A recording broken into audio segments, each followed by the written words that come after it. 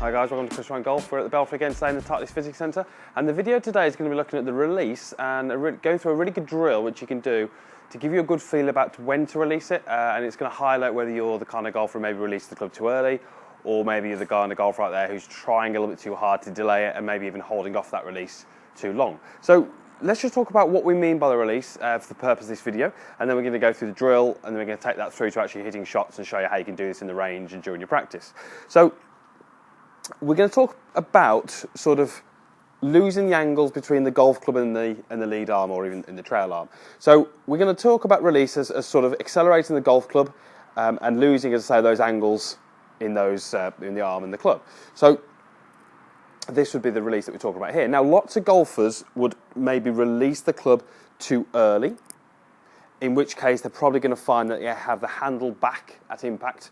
We often see a little bit too much shape in the lead wrist. Lead arm is a little bit bent, and they often get a little bit stuck and kind of achieve this impact position. Those kind of golfers will often struggle with contact, with distance, with controlling the flight, and really struggle with the longer irons.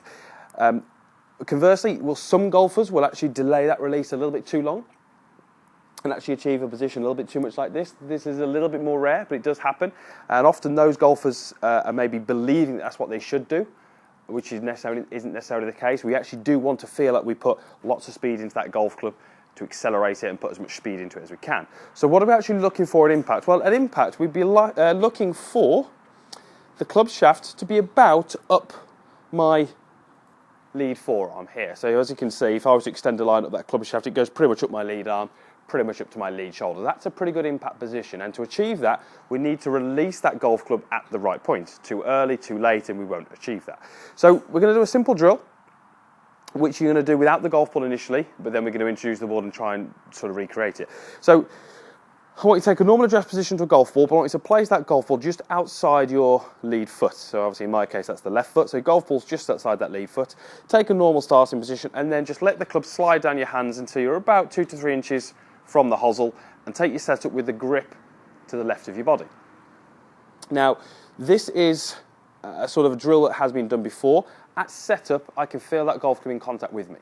What we're going to do is we're going to make some short golf swings, going back and through, and we're going to try and feel when that grip or when that club shaft makes contact with me again.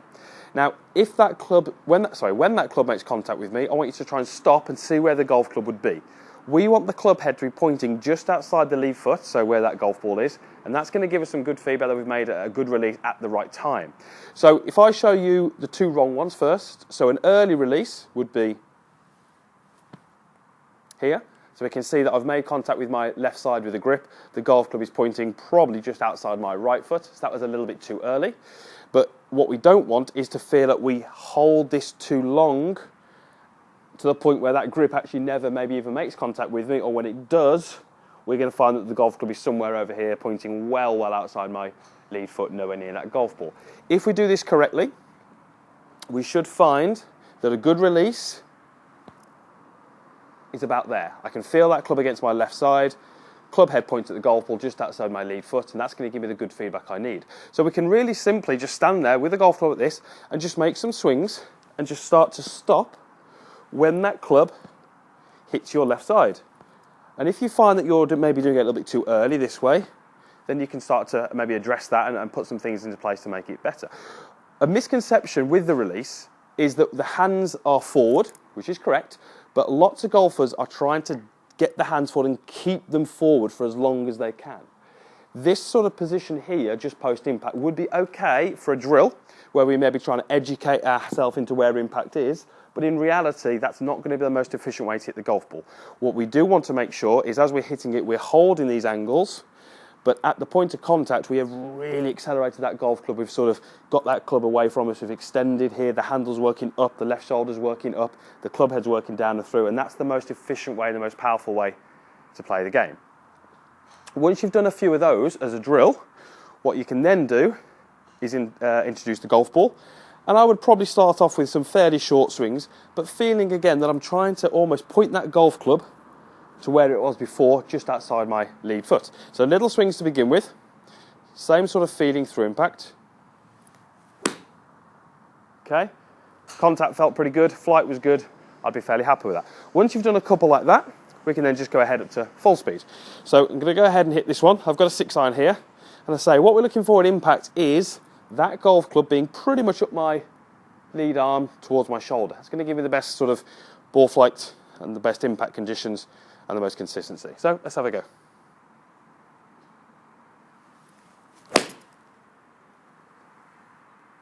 Okay, pretty good, happy with that. Contact was good, ball flight was good, distance seemed okay. That was a pretty good shot for me. So by doing that drill, it's going to give you a really good sensation of what you're trying to do. Okay, just outside that lead foot, when the grip makes contact with your left side, that's going to give you some good feedback. From there, we can make the relevant changes, hopefully improve the release in your golf swing, hit some better shots, and enjoy your game a bit more. So thanks for watching the video. If you liked it, give it a thumbs up, post any comments down below, and if you haven't already, please subscribe to my channel. All these videos are free. There's more going up each week, more content each week, so hopefully they're giving you a bit more information about the golf game, making you play a bit better, and basically enjoy the game a bit more. So thanks again for watching, and we'll see you again soon.